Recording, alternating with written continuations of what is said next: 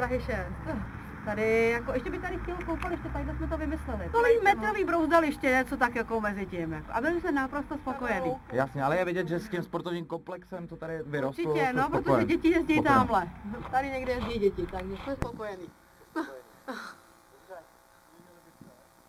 Nemáš koukat na ně, ty, po řeku. Pojď.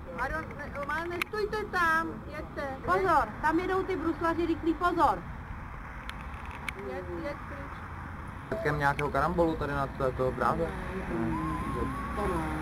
To ne. Oni zase jako jsou opatrní a nadávají jenom. Jo, nadávají. No, já tady nebydlím, ale tady se mi to líbí teda, no. Takže... No, nelituju, jsem teda zajet, Jasně. když bydlím na Praze 4. Tohle byste si představit, že byste tady bydlel? No, docela jo. Takže byste měnil za Prahu 4? No, já už jsem nám říkali, tak asi ne, ale je tady hezký, no, líbí se mi tady. Jasně, dobře. Je hezký a ujedu to tak, no, tak... Za dlouho? No, tak ujedu 4 kolečka. No, dvě větší, ty mají 4 kilometry sobou dolů, no. Jinak teda většinou, když člověk nemá čas, no, tak jedu dolů na Zbraslav, teda na Zbraslav tam na tu, podle Vltavy, že jo, Bráníkem, no. Tam se to jako nedá už srovnat, tady je paráda. Tak jo. Dobře, děkujeme moc krát, no, přeji hezký večer. Děkuji se hezky, nashledanou. A odkud jste? Já z Ostravy.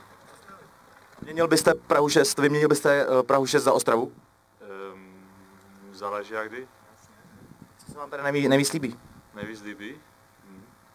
Tak no, není to špatné. Praha 6 je velká, to je fakt tady asi hodně holek.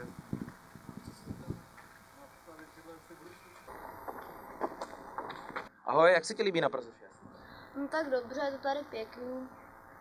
Bydlíš tady? Jo. Ale zase mě tady trochu štvou ty paneláky. Jasně. Co ti na panelákách vadí? Takže tady jako když je zima, tak hrozně to.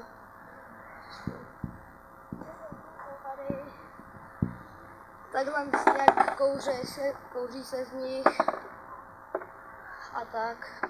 Znáš nějaký jiný části Prahy, kde se ti líbí nebo nelíbí, že bys to srovnal? No tak třeba Lipence se mi docela líbí. Lipence. Dobrý den, jak se vám líbí na Praze 6? Dobrý. Co se ti tady líbí?